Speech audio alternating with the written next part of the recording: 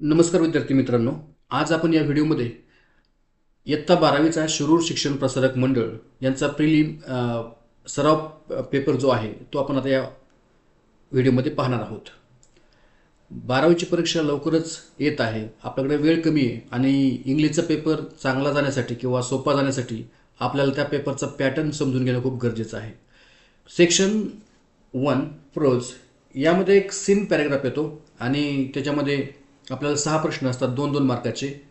12 मार्काला पहिला प्रश्न आहे, क्वेश्चन 1A.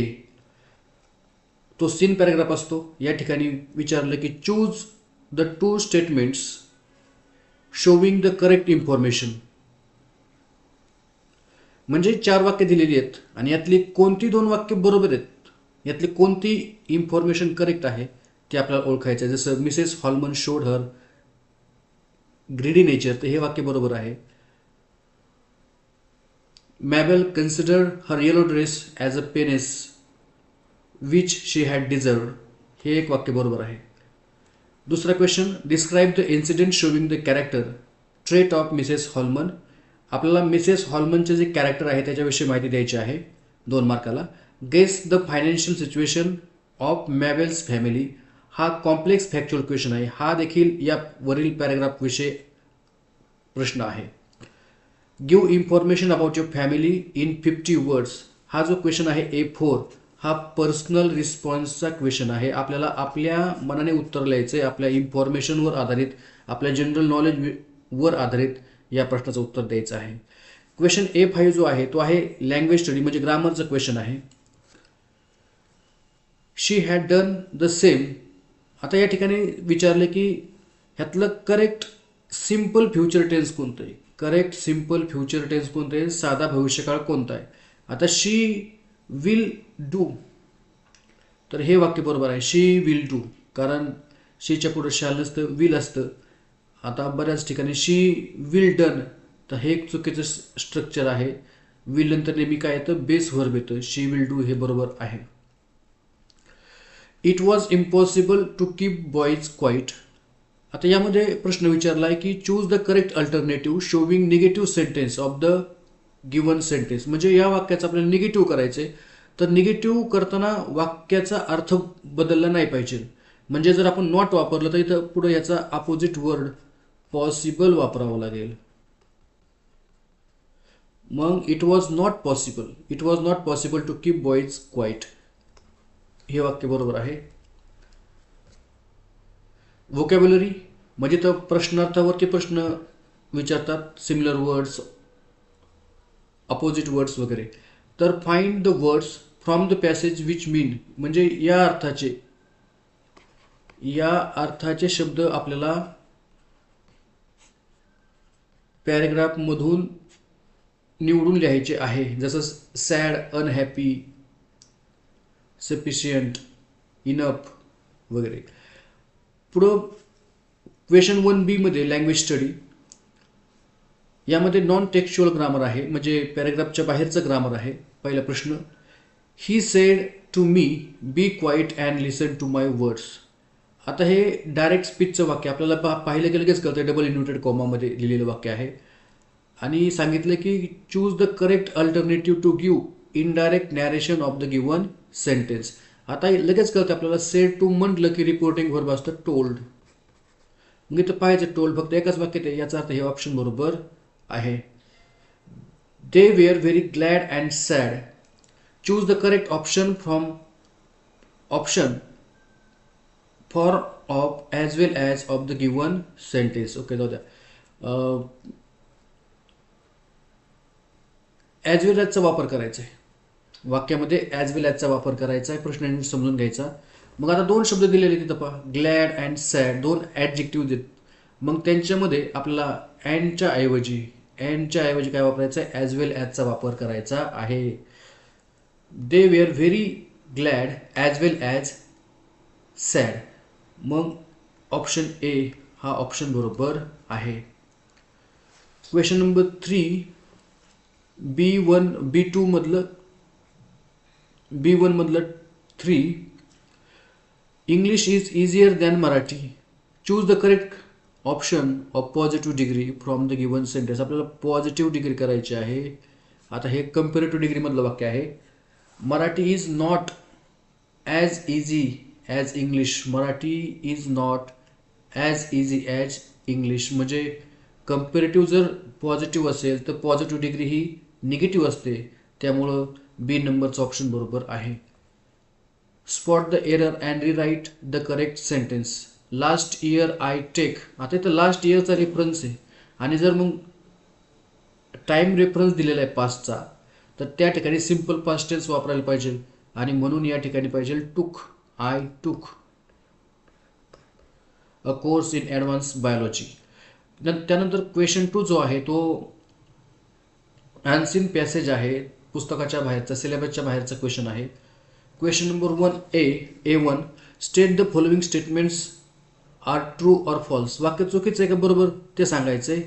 ट्रू म्हणजे बरोबर, फॉल्स म्हणजे चुकीचं. आता यामध्ये 4 वाक्य दिलेली असतील, त्यातलं वाक्य लिहायचं आणि त्याच्या पुढं ट्रू ऑर फॉल्स हे आन्सर लिहायचं. Write down the different steps that are suggested to improve reading. तर यामध्ये A2चं जे उत्तर असतं, A3चं जे उत्तर असतं किंवा A1चं जे उत्तर असतं ते आपल्याला पॅरेग्राफमध्ये सापडतं आणि पॅरेग्राफ वाचून व्यवस्थित त्याचं उत्तर लिहायचं असतं. मग इथे विचारलं की आपल्याला रीडिंग इम्प्रूव्ह करण्यासाठी कोणकोणत्या स्टेप्स आपल्याला फॉलो केल्या पाहिजेत ते लिहायचे, सजेस्ट केलेले आहेत ते लिहायचे. Explain what some people say about learning the spoken form of English. बऱ्याच लोकांना स्पोकन फॉर्म ऑफ जे लँग्वेज आहे त्याच्याविषयी काय वाटतं ते सांगितलं, ते विचारले. Share some of your ideas for the improvement of your English. English improvement करण्यासाठी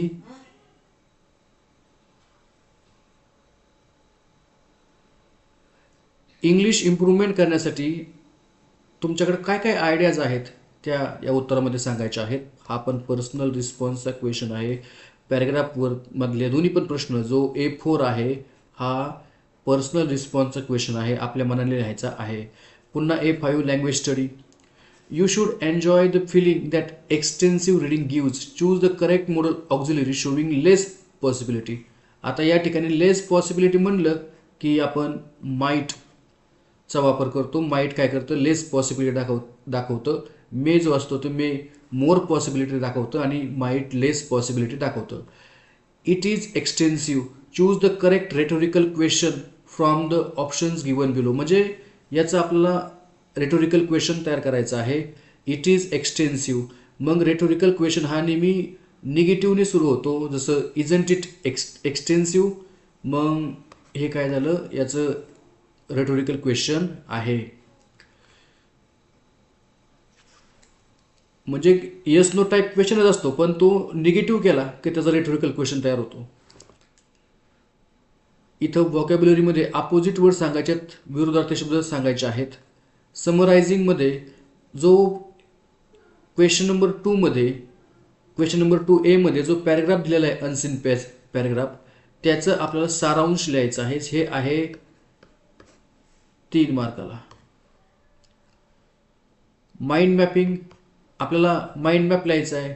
C मध्ये क्वेश्चन नंबर 2C मध्ये द बेनिफिट्स ऑफ ट्रॅव्हलिंग. मग ट्रॅव्हलिंगचे कोणकोणते फायदे होतात त्याचं आपल्याला एक काय करायचं आहे, टेबलच्या स्वरूपामध्ये, ट्री डायग्रॅमच्या स्वरूपामध्ये किंवा एखाद्या चांगल्या डिझाईनच्या स्वरूपामध्ये आपल्याला त्याचे बेनिफिट्स लिहायचे आहेत की प्रवासाचे कोणकोणते फायदे आहेत. हा देखील 3 मार्काचा क्वेश्चन आहे.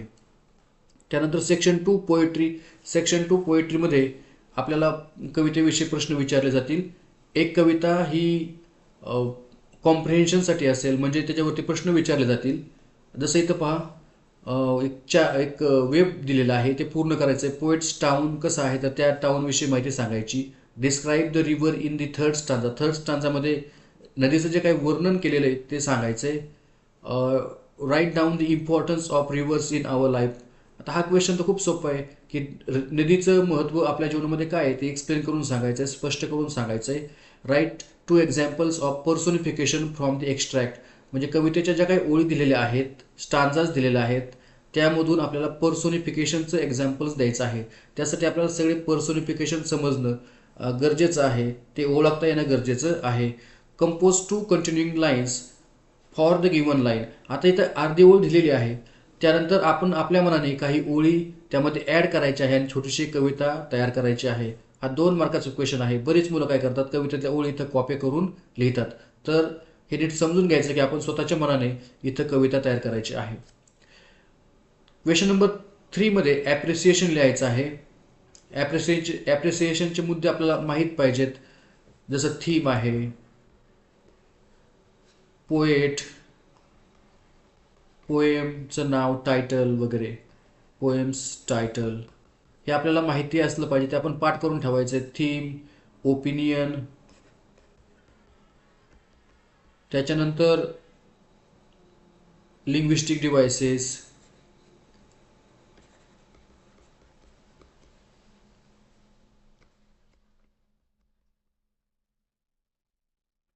And language. Poetic devices, language याच्याविषयी आपल्याला माहिती असली पाहिजे.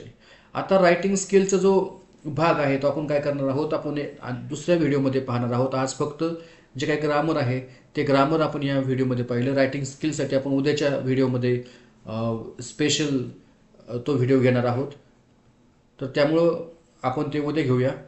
आता शेवटचा जो प्रश्न आहे, question number 5, literary genre novel. आता या नॉव्हेल सेक्शनमध्ये क्वेश्चन नंबर 5 मध्ये ए, बी, सी आणि डी असे 4 उपप्रश्न असतील. ए हा उपप्रश्न हिस्ट्री ऑफ नॉव्हेलवरती असेल 4 मार्काला. बी हा असेल टू सर्व विथ लव या नॉव्हेलवरती 4 मार्काला. तिसरा जो असेल तर तो असेल around the world in 80 days या नॉव्हेलवरती. आणि डी जो असेल तो असेल द साइन ऑफ 4 या नॉव्हेलवरती. प्रत्येक नॉव्हेलवरती आपल्याला 4-4 मार्काचे प्रश्न विचारले जातील. आणि ए जो आहे त्याच्यामध्ये आपल्याला match the columns, fill in the blanks, true or false असे सोपे सोपे प्रश्न विचारले जातील. तर ते नीट समजून घ्यायचे. Picaresque novel. Picaresque novel narrates the adventure of the protagonist. Allegorical novel,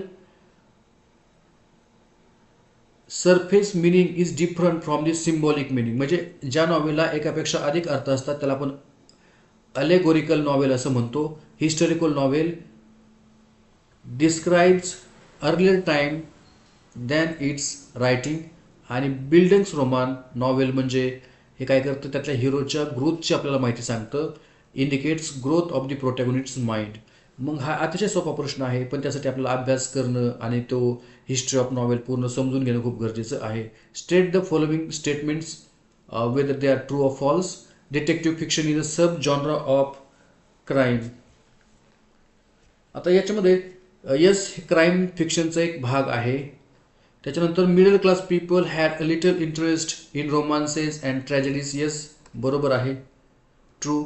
नॉव्हेला is greater in length than novel. This is false statement. The main character in the story is called antagonist. Again this is false statement. त्यानंतर जो question बी आहे इथं 2 प्रश्न विचारले 2-2 मार्काला. Write the character sketch of Miss Joseph. Miss जोसेफचं character sketch म्हणजे त्या कॅरेक्टरविषयी माहिती लिहायची. Explain in brief the theme of the extract. आपल्याला त्या एक्स्ट्रॅक्टची किंवा तो जो काही नॉवेल दिलेली त्याची थीम आपल्याला लिहायची आहे, त्याच्याविषयी थोडक्यात माहिती द्यायची 2 मार्काला. या 2-2 मार्काचे जे प्रश्न आहेत कमीत कमी 5 ते 6 ओळी याचं उत्तर असलं पाहिजे. Answer in about 50 words to the questions given below. Explain Mr Fox final winning the wager connected with आवडा. म्हणजे फॉक्सचं जिंकणं हे आवडाशी कसं कनेक्टेड आहे, कसं संबंधित आहे हे आपल्याला एक्सप्लेन करायचं आहे. Phileas Fogg knock detective Fix down. Phileas फॉगने त्या डिटेक्टिव्ह फिक्सला खाली पाडलं किंवा त्याला मारलं, तर ते का केलं त्याचं कारण सांगायचे आहेत. असं का त्याने केलं त्याचं कारण सांगायचे आहेत. त्यानंतर question number D, the sign of 4 वरती क्वेश्चन आहेत 2. Write the importance of various places. वेगवेगळ्या ठिकाणांची माहिती सांगायची. द साइन ऑफ 4 मधलं म्हणजे याला सेटिंगवरचा हा प्रश्न आहे. आपल्याला नॉवेलमध्ये फक्त सेटिंग, कॅरेक्टर्स, लँग्वेज, काही इन्सिडेंट्स याच्याविषयी माहिती विचारली जाईल, स्टोरीविषयी. Mary received pearls every year on the same day. Explain. त्याला कसं ते दरवर्षी एक पर्ल भेटतं सेम डेला, त्याच्या मागची कारणं काय आहेत, कशा प्रकारच्या घटना नॉवेलमध्ये घडलेल्या आहेत ते आपल्याला एक्सप्लेन करायचं आहे. तर अशा प्रकारे आज आपण या व्हिडिओमध्ये ही पेपरची जनरल आयडिया आपण घेतली. आपण उद्याच्या लेक्चरमध्ये रायटिंग स्किल आपण पाहणार आहोत.